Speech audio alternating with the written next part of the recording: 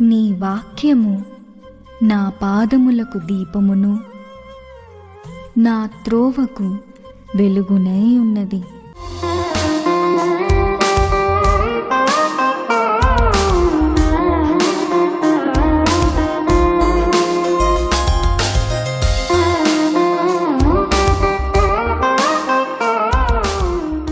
ఈ దినము మీ ముందుంచుతున్న అంశం ఏంటంటే నిన్ను గొప్ప చేయు వాక్యము.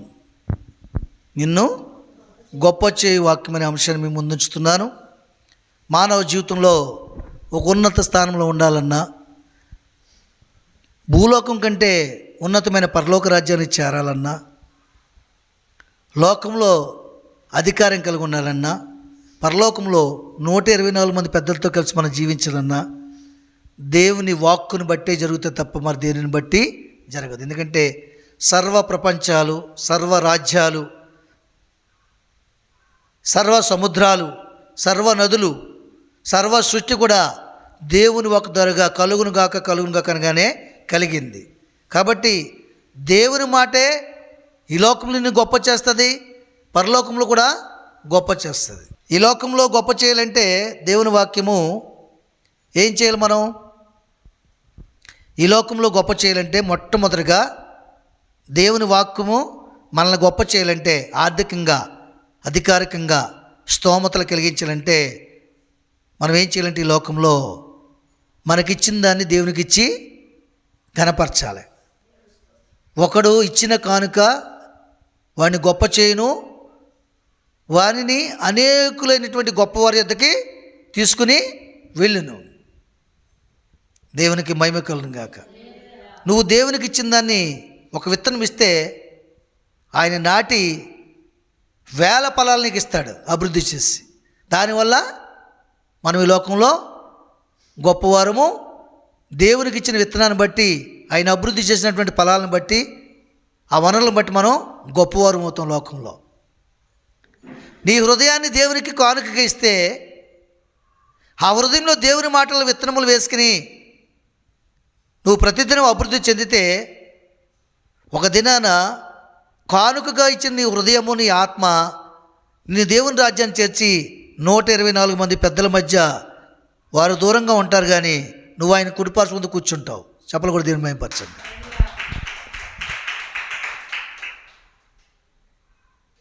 లోక సంబంధంగా అయినా, శరీర సంబంధంగా అయినా, పరలోక రాజ్య సంబంధంగా అయినా నిన్ను గొప్ప చేయి వాక్యము. వాక్యమును ఎవరైతే అనుసరిస్తారో, వాక్యమును ఎవరైతే ప్రేమిస్తారో, వాక్యమును ఎవరైతే అత్తుకుంటారో, వాక్యమును ఎవరైతే నమ్ముతారో, నమ్ముటని వలనైతే సమస్తం నీకు సాధ్యమే. ఈ లోక సంబంధం భోగభాగ్యము సాధ్యమే, అభివృద్ధి సాధ్యమే, ఆరోగ్యము సాధ్యమే, పరలోక రాజ్యం కూడా నీకు సాధ్యమే. అవి నీ వశంలో ఉంటాయి. ఎందుకంటే నువ్వు నమ్మిన దేవునికి, నువ్వు విశ్వసించే వాక్యానికి, నువ్వు పొందుపరుచుకున్న వాక్యానికి, నీ హృదయాన్ని కానుకనిచ్చినటువంటి దేవునికి ఈ లోకంలో, పరలోకంలో, మధ్యాకాశంలో, పరమాకాశంలో అసాధ్యమైనది మరొకటి లేదు. దేవునికి మహిమ కలుగును గాక. హల్లెలూయా. కాబట్టి నిన్ను గొప్ప చేయు వాక్యము ఎలా గొప్ప చేస్తుందో తెలుసా?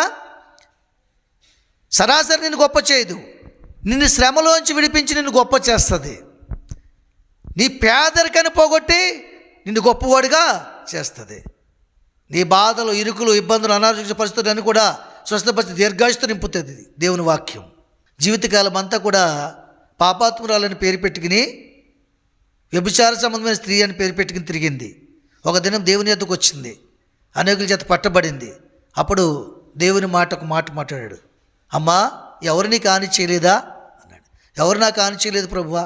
అయితే నేను కూడా నీకు హాని చేయను. మరి అన్నాడు, పాపమో చేయకు. ఆ వాక్కుని, ఆ మాటని మనసులో పదిలిపరుచుకుంది, హృదయం అంతా నింపుకుంది, కన్నీరు కార్చింది. నిజమేనాయనా, నీ మాటే నన్ను ఈ దినాన్ని బ్రతికించింది. లేకపోతే వాళ్ళందరూ రాళ్లతో కొట్టి నన్ను చంపివేస్తుండేవారు. ఈ దినాన్ని బ్రతికానంటే నీ మాట వాళ్ళలో మనస్సాక్షిని కలగజేసింది, ప్రశ్నింపచేసింది. వాళ్ళు వేద్దామన్న శిక్ష విడిచిపెట్టి వెళ్ళిపోయారు. కాబట్టి నా జీవితకాలం అంతా కూడా నీ మాటను బట్టి బ్రతుకుతాను, నీ నామాన్ని మహింపరుస్తానని ఒక నిబంధన చేసుకుంది. గొప్ప చేసిందా లేదా వాక్యము? సీమోని ఇంటిలో తన యావత్తు సంపాదన తీసుకొచ్చి తల మీద పోసి అభిషేకించి కురులతో పాదాలు తుడిచి దేవుని నామమును మహింపరిచింది. కాబట్టి బీదలు ఎల్లప్పుడూ మీతో ఉంటారు. ఈమె చేసింది మంచి కార్యం, నన్ను భూస్థాపన సిద్ధపరుస్తుంది. నా నామం ఎక్కడైతే ప్రకటించబడుతుందో అక్కడ ఈమె ఘనపరచబడుతుంది. గొప్ప చేయబడిందా లేదా? లోకం దృష్టికి వ్యభిచారి అంతకుముందు, కానీ ఇప్పుడు మాత్రం దేవుని దృష్టికి గొప్పది. ఆమేన్. కాబట్టి నిన్ను గొప్ప చేయదు, నిన్ను శ్రమలోంచి విడిపించి గొప్ప చేస్తుంది. ఆ శ్రమలో ఉన్న శిక్షను కూడా తప్పించి గొప్ప చేస్తుంది దేవుని వాక్యం. చూద్దాము మాటను పరిశుద్ధ గ్రంథం నుండి 91 కీర్తన 15 వచనం చూడండి. 91 కీర్తన 15 వాక్యము. అతడు నాకు మొరపెట్టగా నేను అతనికి ఉత్తరం ఇచ్చేదను. నెక్స్ట్, శ్రమలో నేను అతను తోడేయండి, అతన్ని విడిపించి అతను గొప్ప చేసేదను. దేవునికి మహిమ కలుగును గాక. అతడు నాకు మొరపెట్టగా నేను అతనికి ఉత్తరం ఇచ్చేదను. శ్రమలో నేను అతను తోడేయండి, అతన్ని విడిపించి అతన్ని గొప్ప చేయదును. శ్రమలో ఉన్నప్పుడు మనం ఏం చేయాలి? మొరపెట్టాలి, ప్రార్థన చేయాలి. అప్పుడు దేవుడు ఉత్తరం ఇస్తాడు. ఎలాగ ప్రార్థన చేయాలి తెలుసా? విరిగి నెలిగిన మనసు కలిగి, ఇక పాపమును చేయని నిబంధన చేసుకుని, ఇక్కడ ఆలోచన విధానం మార్చుకుంటానని, ఏదైతే నీకు శ్రమకు గురి చేసిందో ఆ పరిస్థితి మరలా నా జీవితం రాకుండా దాన్ని తెలుసుకుని అక్కడ విడిచిపెట్టి నీ ఆలోచనలతో నింపి నేను జీవిస్తాను బాబు, పాపము జోలికి లేక, లోకము జోలికి లేక, పరలోక రాజ్యం కొరకు నీ మాట కొరకు బ్రతుకుతున్నాయి అని చెప్పేసి నిబంధన చేసుకుని ప్రార్థన చేసుకున్నప్పుడు, పశ్చాత్తాపడినప్పుడు, కన్నీరు కాచినప్పుడు, మరెన్నడూ పాపం చేయనని నువ్వు నిబంధన చేసుకున్నప్పుడు దేవుడు కనికరించి ఆయన కనికరమ చేత నిన్ను స్వస్థపరిచి నీ పరిస్థితిని విడిపించి నీ శ్రమలోంచి విడిపించి నువ్వు గొప్ప చేస్తాడు దేవుడు. ఆమేన్. ఎవరిని డైరెక్ట్గా గొప్ప చేయడం గొప్ప కాదు, ఒక పేదవాడిని గొప్పవాడి చేయడమే గొప్ప కదా. ఒక కత్తికి దరిద్రుడు అడుక్కున్నవాడిని, రోడ్డు మీద ఆహారం కోసం అడుక్కున్నవాడిని తీసుకెళ్ళి ఒక అందల మీద ఎక్కించి ఒక ధనవంతుని చేస్తే గొప్ప కదా. కొంత ధనం ఉన్నవాడిని ధనవంతుని చేస్తే గొప్ప కాదు. నిరుపేదని, దరిద్రుణ్ణి తీసుకెళ్ళి ధనవంతుని చేస్తే గొప్ప. చావుకు సిద్ధమైపోతున్నాడు, చనిపోతాడు ఇతను. డాక్టర్లు అందరూ చెప్పేశారు చనిపోతారని, కానీ దేవుడు తలుచుకుంటే బ్రతికించగలడు. అతన్ని బ్రతికిస్తే అతను సాక్ష్యం చెప్పుకుని దేవుని నామాన్ని మహింపరుస్తాడు. ఆ మాట చెప్పిన డాక్టర్ చెప్పినటువంటి వార్త విన్న అందరూ కూడా డాక్టర్గా చనిపోతున్నాడండి, ఇతను ఎలా బ్రతికాడు? ఇది చాలా గొప్ప విషయం.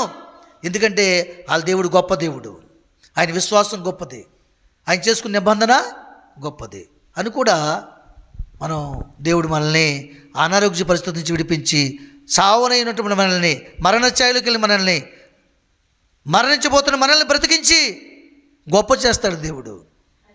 హల్లెలూయా. నాకు తెలిసిన దైవజనంలోకి ఆయన వైజాగ్ కైలాసపురంలో ఉంటారు, మ్యాచెస్ గారు ఆయన పేరు.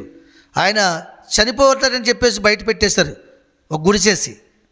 అతన్ని బ్రతికించి అతను చేసుకున్న నిబంధన బట్టి, నన్ను బ్రతికిస్తే నీ సేవ చేస్తాను బాబు, నీ సాక్షిగా జీవిస్తాను నిబంధన చేసుకున్నాడు. అప్పుడు అతను బ్రతికించి దేవుడు, డాక్టర్లు చనిపోతారని చెప్పాడు, బ్రతికించి కూడా సాక్షాత్తమై ఒక కొడుకుని ఇచ్చాడు దేవుడు. ఆ కొడుకు ఇప్పుడు పెళ్ళయింది, సేవ చేస్తున్నాడు జాలార్పేటలో, వైజాగ్లో. అతని పేరు రాజా. మీకు యూట్యూబ్లో కనబడతాడు చూడండి, పాటలు అవి పాడుతుంటాడు. కుప్పులి మ్యాచెస్, కుప్పులి రాజా. ఎంత గొప్ప దేవుడు! అది గొప్ప కాదా?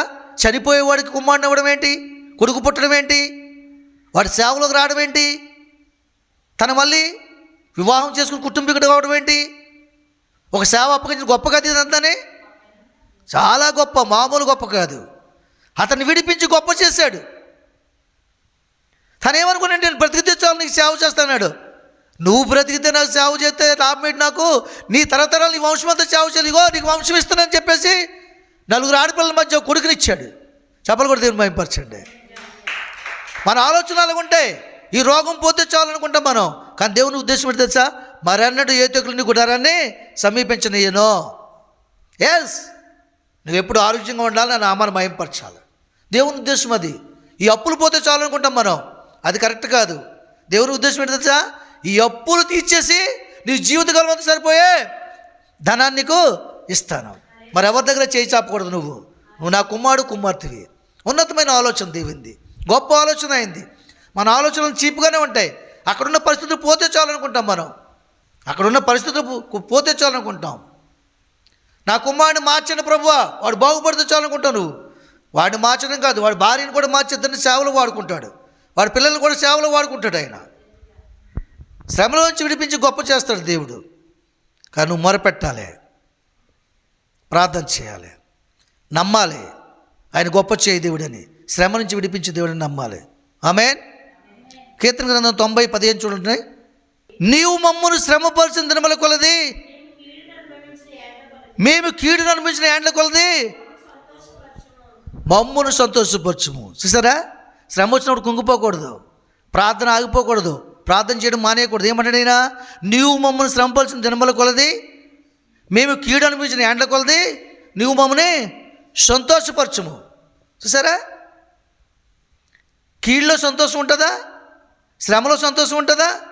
ఉంటుంది. ఆ కీడులో, ఆ శ్రమలో దేవుని వాక్యం ఉంటే సంతోషం ఉంటుంది. మోషేకి చాలా శ్రమలు వచ్చాయి, ఐగుప్తు నుంచి ఇశ్రాయేలు ప్రజలు తీసుకురావడానికి. అందులోనే ఆనందం కూడా ఉంది. గొప్ప గొప్ప కార్యములు చేసి ఆయన చేతులను బలపరిచి, నీళ్లను రక్తంగా మార్చి, కర్రనే పాముగా మార్చి, పాముని కర్రగా మార్చి, ఎర్ర సముద్రాన్ని పాయలు చేసి, బండను చీల్చి, మధుర జలములు ఇచ్చి, నేనున్నా నీతో అంటూ మోషేని గొప్ప చేశాడు దేవుడు. ఎందుకంటే ప్రతిదీ కూడా ప్రార్థన చేసి దేవుని గొప్పతనాన్ని చూపించాడు. మొరపెట్టినప్పుడు దేవుడు ఉత్తరం ఇచ్చాడు. ఆయన పంపిన వానికి ఆయన ఉత్తరం ఇవ్వడా? ఆయన పంపిన వానికి ఆయన సమాధానం ఇవ్వడా? ఆయన నమ్మని నీకు విడుదల ఇవ్వడా? ఆయన మొరపెట్టి నీకు ఉత్తరం ఇవ్వడా? నీ మొర ఎలాగుందో ఆలోచన చేయి. దేవునికి ఇష్టకరంగా ఉందా, మనుషులకు ఇష్టకరంగా ఉందా, నీకు ఇష్టకరంగా ఉందా ఆలోచన చేస్తే నీ మొరకి ఉత్తరం దేవుడు ఇస్తాడు. నీ శ్రమలోంచి విడిపించి నువ్వు గొప్ప చేస్తాడు దేవుడు. ఆయన ఏమన్నాడు భక్తుడు? నీవు మమ్మల్ని శ్రమపరిచిన దినముల కొలది, మాకు కీడు అనుభవింపజేసిన ఏండ్ల కొలది మమ్మల్ని సంతోషపరచు. ఆ కీడు కీడులా కనబడదు, ఆ శ్రమలాగా కనబడదు. ఇప్పటికీ నా జీవితం అదే. నాకు వచ్చే శ్రమలన్నీ కూడా శ్రమలు కాదు. మనకు వచ్చే శ్రమలను అసలు నిజమైన శ్రమలు కాదు. మనలో ఉన్న దురాశను బట్టి, ధనాపేక్షను బట్టి, అసూయను బట్టి, పగను బట్టి, కలహాన్ని బట్టి శ్రమలు వస్తాయి లోకంలో మనుషుల ద్వారా. మనకి లేని దాన్ని ఆశించని బట్టి, మనకున్న స్తోమతను మర్చిపోయి ఖర్చులు చేయడాన్ని బట్టి. నిజంగా శ్రమ వచ్చిందంటే వాక్యాన్ని ప్రకటించని బట్టి శ్రమ రావాలి, నీకు ప్రార్థన చేయడాన్ని బట్టి శ్రమ రావాలి, ఏమండి పాటలు పాడని బట్టి శ్రమ రావాలి, దేవుని సాక్ష్యం చెప్పడాన్ని బట్టి శ్రమ రావాలి. ఎవరి దగ్గర చెప్తున్నావు? నాలుగు కొట్టాలంటావు అవతరోళ్ళు. నీ సాక్ష్యం దేవుని దగ్గర చెప్పుకొని, అది శ్రమ అంటే. దేవుని వాక్యం నిమిత్తం, దేవునికి విజ్ఞాపన చేయని నిమిత్తం, విశ్వాసం నిమిత్తం, దేవుని రాజ్యం కొరకు నువ్వు ప్రయాసపడే నిమిత్తం నీకు శ్రమ వస్తే అది నిజమైన శ్రమ. దేవునికి మహిమ కలుగును గాక. అలాంటి శ్రమలు ఎవరికి వచ్చాయి? పౌలుకు వచ్చాయి, శీలలకు వచ్చాయి, అపోస్తలులకు వచ్చాయి. రాలేదా? దానియేలుకు వచ్చాయి. కాబట్టి దేవుని సన్నిధానంలో శ్రమలో నుండి విడిపించి నేను గొప్ప చేయి దేవుని కలిగి ఉన్నావు. కాబట్టి మనకి ఏ శ్రమ వచ్చినా, ఏ అనారోగ్యం వచ్చినా, ఒక అనారోగ్యం వచ్చిందనుకోండి, దానివల్ల నష్టం లేదని నాకు మాట్లాడుకున్నాం కదా. దానివల్ల లాభమే. మనకి పరదేశకి వెళ్తాం మొదటి మరణం అయిన తర్వాత, అప్పుడు రెండవ మరణం తప్పించుకుని దేవుని రాజ్యాన్ని చేరుతాం. కాబట్టి లోక సంబంధమైన శ్రమల గురించి, కీళ్ళు గురించి మనం భయపడవలసిన పని లేదు. కీడు నుంచి తప్పించే దేవుడు మనకి వెనకాల ఉన్నాడు. శోధనలోకి తేక కీడు నుంచి తప్పించమని ప్రార్థన చేస్తాం కదా. మనకి వెనకాల ఉన్నాడు. కీడొత్తే మాత్రం సుఖమేంటి? అది మనం జయించలేదు. దాన్ని నాశనం చేస్తాడు. ఆయన పాదం చెత్త తొక్కుతాడు. శ్రమనే ఆయన శ్రమ పడిన శ్రమలోనూ వెనక్కి ఇసిరేస్తాడు ఆయన సిలువు శ్రమలో. ఇంక నీకేంటి? Your happy. నువ్వు ఇండిపెండెన్స్ అయిపోయావు, స్వతంత్రమై వచ్చేసింది నీకు. ఇంకా విడుదల ఇస్తాడు దేవుడు. ఆ యజమానులు లేనివారు, ఆ నాదులు లేనివారు, ఆ దేవుళ్ళు లేనివారు, ఆయన కలిగి లేనివారు వాళ్ళ హృదయంలో వేదన పొందుతారు. ఆ ప్రధాన యాజకుడును అతనితోనున్న వారందరూ అనగా సద్దూకాయలు తెగవారు లేచి మచ్చరంతో నిండుకొని అపొస్తలులను బలాత్కారంగా పట్టుకొని పట్టణపు చెరసాలలో ఉంచిరి. అయితే ప్రభుదూత రాత్రి వేళ చెరసాల తలుపులు తీసి వారిని వెలుపలకు తీసుకుని వచ్చి, మీరు వెళ్ళి దేవాలయంలో నిలబడి ఈ జీవమును కూర్చున్న మాటలన్నీ ప్రజలతో చెప్పుడని వారితో అనెను. హల్లెలూయా. చూసారా, వీరెవరు? అపొస్తలులు. అపొస్తలులు ఏం చేస్తున్నారు? దేవుని గురించి సువార్తని ప్రకటిస్తున్నప్పుడు ప్రధాన యాజకుడు అతనితో ఉన్న వారందరూ కూడా, సద్దూకాయలు, శాస్త్రులు, వీరందరూ కూడా వారి మత్సరంతో నిండిపోయారట. మత్సరం అంటే కోపము, పగ. ఏమండి, వీళ్ళని ఎలాగైనా మనం బాధ పెట్టాలని ఒక మత్సరంతో నిండిపోయి వాళ్ళు ఏం చేశారట?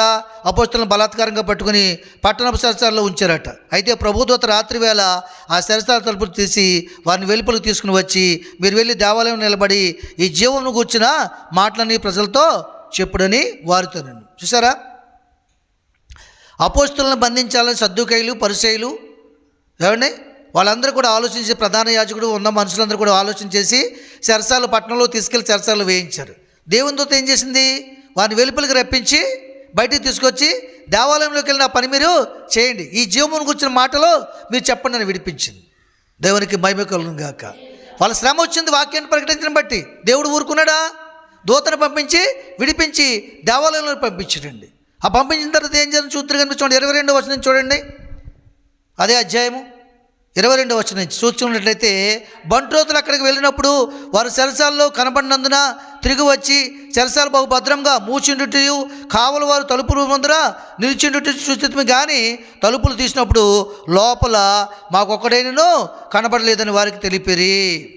అంతటా దేవాలయపు అధిపతి ప్రధాన యాజకులు నా మాటలు విని ఇది ఏమవును అని వారి విషయమై ఎటూ తోచకుండిరి.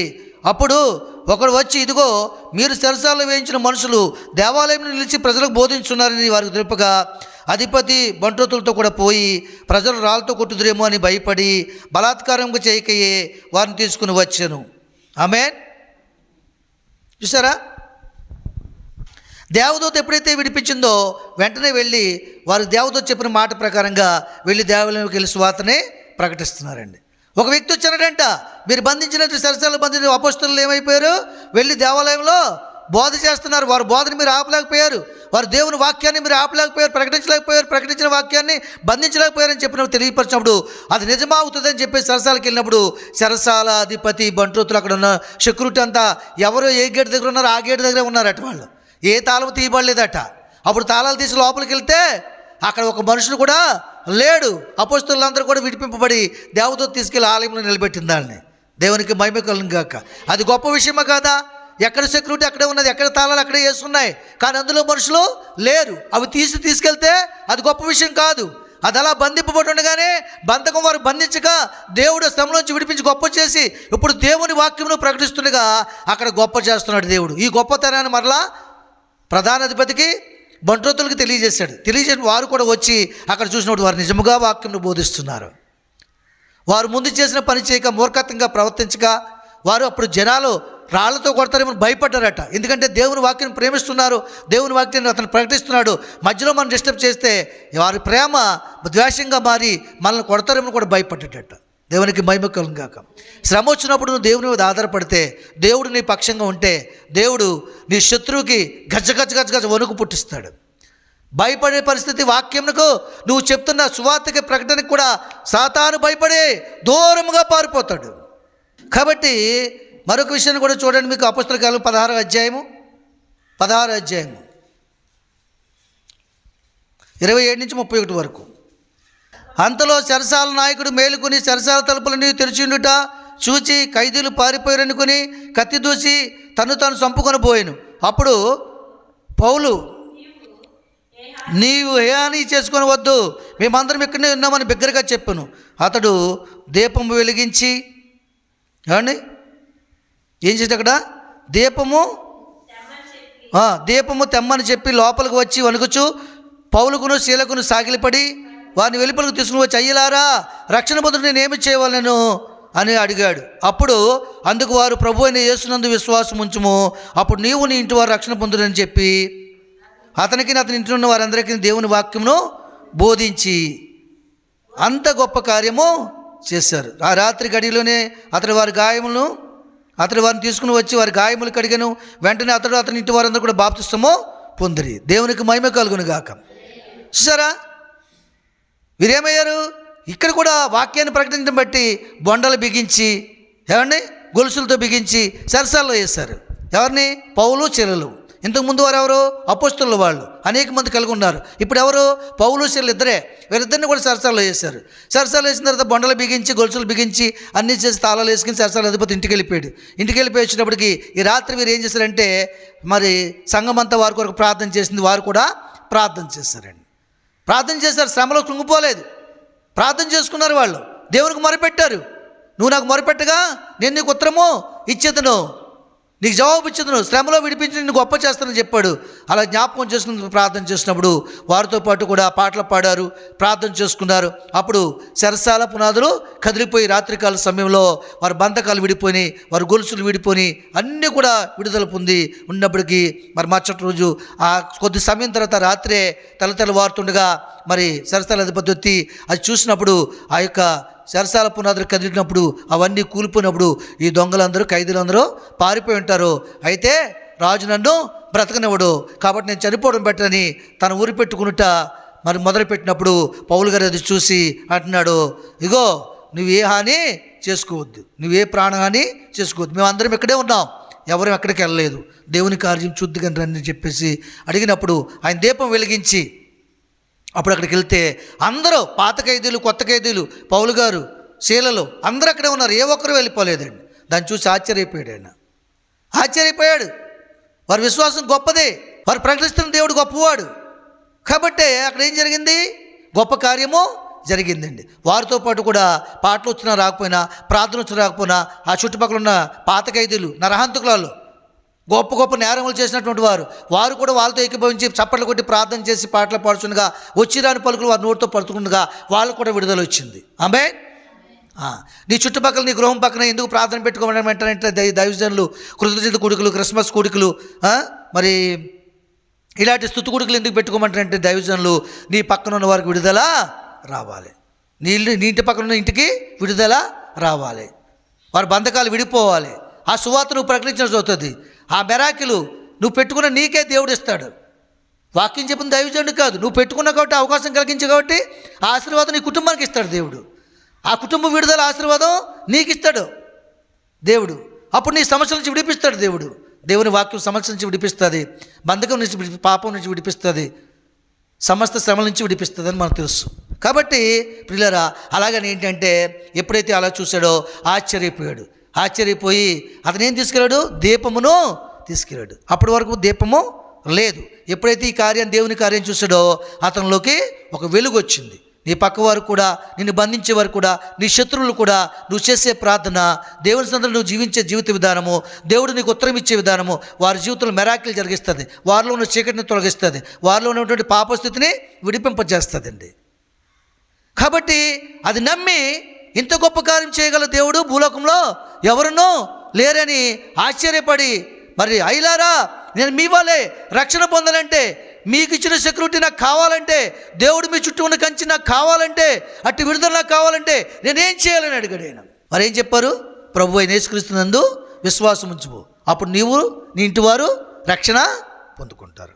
దేవుని సేవకుల ఉద్దేశం ఏంటి తెలుసా, దేవుని ఉద్దేశం ఏంటి తెలుసా, కుటుంబంలో నువ్వు ఒక్కడిదానివే రక్షణ పొందాలని, నువ్వు ఒక్క భర్తే రక్షణ పొందాలని దేవుని ఉద్దేశం కాదు, నీ కుటుంబం అంతా రక్షింపబడాలి ఆయన ఉద్దేశం. అందుకు పిలుచుకున్నాడు నిన్ను. అందుకనే కానీ నీ రక్షణ నువ్వు కొనసాగించేసి నువ్వు బైబిల్ పెట్టుకుని వచ్చేసి వాళ్ళ కోసం ప్రార్థన చేయకుండా వాళ్ళని రక్షించుకోకుండా వస్తే దానివల్ల నీకే మేలుగా నీ కుటుంబానికి మేలు కాదు. ఇప్పుడు నీ కుటుంబంలో ఎవరైనా ఇబ్బంది పడుతుంటే నీకు బాధ కదా చెప్పండి. మరే వాళ్ళు విడవబడితే నీకు బాధ కదా, వాళ్ళని విడిచి నువ్వు వెళ్ళిపోయి నీకు బాధే, వాళ్ళని విడిచిపెట్టినా నీకు బాధే, అవునా కదా చెప్పండి. పరలోక రాజ్యంలో ఎవరుంటారు, నీవే ఉంటావు. మరి నీ వారు రారు కదా, అప్పుడు నీకు అక్కడ కుటుంబం ఏది, జీవితకాలం అంతా ఎక్కడ ఉంటారు, నరకాగ్నిలో ఉంటారు. అప్పుడు నీకు సంతోషమా, ఆనందమా? అక్కడ ఏం చెప్పారు వారు, నువ్వు అక్కడే ఆశ్చర్యకార్యం చూసావు కాబట్టి నువ్వు అక్కడే రక్షింపబడమని చెప్పలేదు. ప్రభువైన యేసుక్రీస్తునందు విశ్వాసం ఉంచితే, నువ్వు నమ్మిక ఉంచితే నీవు నీ ఇంటి వారు రక్షింపబడతారు. అప్పుడు అతను ఏం చేయాలి, జరిగిన ఈ కార్యాన్ని బిడ్డలకు చెప్పాలి, భార్యకి చెప్పాలి, ఈ ఆశ్చర్యకర కార్యం తెలియచేయాలి, సువార్త ప్రకటించాలి, వాళ్ళని ఆదరించాలి, వాళ్ళని మలచాలి. నీ కుటుంబంలో యజమాని మాట వింటావునవా? వింటారు మీరు. నీ యజమాని వింటాడు, నీవు కూడా నీ యజమాని మాట వినాలి, విన్నట్లుగా చెప్పాలి. దేవుడు నీ పట్ల చేసిన ఆశ్చర్యకార్యం చూపించి వారిని ప్రభువుని వద్దకు తీసుకొచ్చి నేను నా ఇంటి వారు యెహోవాను సేవించదమని యెహోషువ వాగ్దాన్ని నీ కుటుంబంలో నెరవేర్చుకోవాలి. ఆమేన్. శ్రమలో ఉన్నప్పుడు ఏం చేశాడు దేవుడు, వారు మొరపెట్టినప్పుడు ఉత్తరం ఇచ్చాడో లేదా, విడిపించి గొప్ప చేశాడో లేదా? రాజు, సైన్యాధిపతులు, అధిపతులు అందరూ కూడా గొప్ప అయిపోయారటండి. ఒక అధికారిని మార్చడం గొప్ప కదా. ఒక ఎమ్మెల్యే గారిని మారిస్తే ఆ నియోజకవర్గాన్ని మార్చేస్తాడు. ఓ దేశ నాయకుడిని మారిస్తే ఆ దేశమంతా మారిపోద్ది. మారిపోలేదా? దానియేలు గ్రంథము 3వ అధ్యాయం అండి, 16వ వచనం నుంచి 18 వరకు చూడండి. షద్రాకు మెషాకు అబేద్నెగోయు రాజుతో ఇలాగ చెప్పిరి, నెబుకద్నెజరు ఇందుని గురించి నీకు ప్రత్యుత్తరం ఇవ్వాలన్న చింత మాకు లేదు. మేము సేవించున్న దేవుడు మండుచున్న వేడిమి గల ఈ అగ్నిగుండంలోంచి మమ్మల్ని తప్పించి రక్షించుటకు సమర్థుడు, మరియు నీ వశమును కాకుండా ఆయన మమ్మను రక్షించును. ఒకవేళ ఆయన రక్షించకపోయినను రాజా నీ దేవతలకు మేము పూజింపమని నీవు నిలవబెట్టించిన బంగారు ప్రతిమకు నమస్కరింపమని తెలుసుకునుము. దేవునికి మహిమ కలుగును గాక. హల్లెలూయా. ఈ సందర్భం ఎవరి మధ్య జరుగుతుంది? షద్రాకు మెషాకు అబేద్నెగో అనే 3 దాసుల మధ్య, మరి నెబుకద్నెజరు మధ్య, రాజు మధ్య జరుగుతుందండి. ఆయన ఏం చెప్పాడు?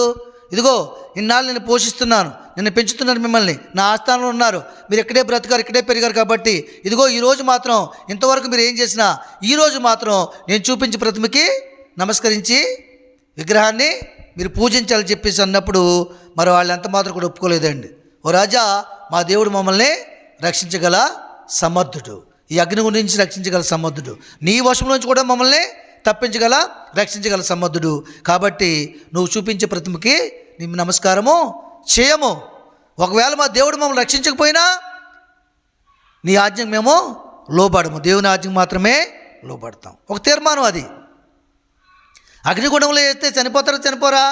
చనిపోతారన్న సంగతి తెలుసుండి కూడా వారి విశ్వాసాన్ని రాజు ముందు కనబర్చారు, వారు దేవుని గొప్పతనాన్ని చూపించారు. అక్కడ చూసారా, అంతటి నెబుకద్నెజరు వేడిమి కలిగి మండుచున్న ఆ గుండము వాకిలి దగ్గరకు వచ్చి, షద్రకు మెషకు అబేద్నెగోయు వారులారా, మహోన్నతులకు దేవుని సేవకులారా, బయటకు వచ్చిన ఎద్దకు రండి అని పిలువగా షద్రకు మెషకు అబేద్నెగోయు అగ్నిలోండి బయటికి వచ్చిరి.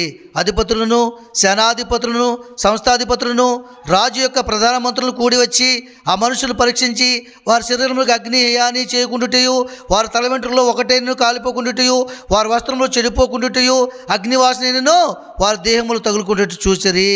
చూసారా, ఎప్పుడైతే మరి వారు రాజు మాటకు ఎదిరించాడో రాజు ఏం చేశాడు? అగ్నిగుండంలో వేసాడండి. అగ్నిగుండం వారికి కాలిపోలేదు. చాలా సేపు చూశాడు. ఆ పైకి వెళ్ళాడు, పై అంతస్తుకి వెళ్ళాడు, పైనుంచి కింద ఉన్న అగ్నిగుండంలో చూస్తుంటే ఆయనకేం కనపడుతుంది? అగ్నిగుండంలో కాలిపోవాలనుకున్నటువంటి షద్రకు మెషకు అబేద్నెగోయు సజీవులుగా కనపడుతున్నారు, బ్రతికి కనపడుతున్నారు. వారు చుట్టూ తిరుగుతున్నారు. వారి చుట్టూ ఏం కనపడుతుంది? ఆయనకి దేవదూత కనపడుతుంది. నేను 3 వేయిస్తే 4 ఎలా కనపడుతున్నారు అన్న ఆలోచన వచ్చింది. ఎంతసేపు చూసినా వారు కాలిపోవట్లేదు. వారు అందరూ నిలిచి తిరుగుతున్నారు. ఆహ్లాదకరంగా మార్చబడింది. కారణం ఏంటండి? కారణం ఏంటి చెప్పండి? 4వ వాడిగా దేవదూతను పంపించి వారిని రక్షించాడు. ఆ అగ్నిగుండంలో ఏం కాలేదంటే వాళ్ళ దేహములు కాలిపోలేదట, వాళ్ళ వస్త్రములు కాలిపోలేదట, వాళ్ళ తల వెంట్రుకలు ఒకటైనను కాలిపోలేదట. అగ్ని వాసనైనను వారి దగ్గరికి వెళ్ళి వాసన చూసినా ఏమీయో రాలేదటండి. గొప్ప దేవుడు శ్రమలో విడిపించి గొప్ప చేశాడా లేదా? ఎంతటి కార్యం జరిగించింది. రాజు ఆశ్చర్యపోయాడు. వారి విశ్వాసం గొప్పదే కదా. వారు ఎక్కడికి వెళ్ళి మొరపెట్టారు? వారు ముందు మొరపెట్టలేదు, అగ్నిగుండంలో వేసినప్పుడు మొరపెట్టారు. వారు ఏ సమయంలో మొరపెట్టారో తెలుసా? అగ్నిగుండంలోకి వెళ్ళిన తర్వాత వాళ్ళు మొరపెట్టడానికి అవకాశం లేదు. ఎప్పుడు మొరపెట్టారు?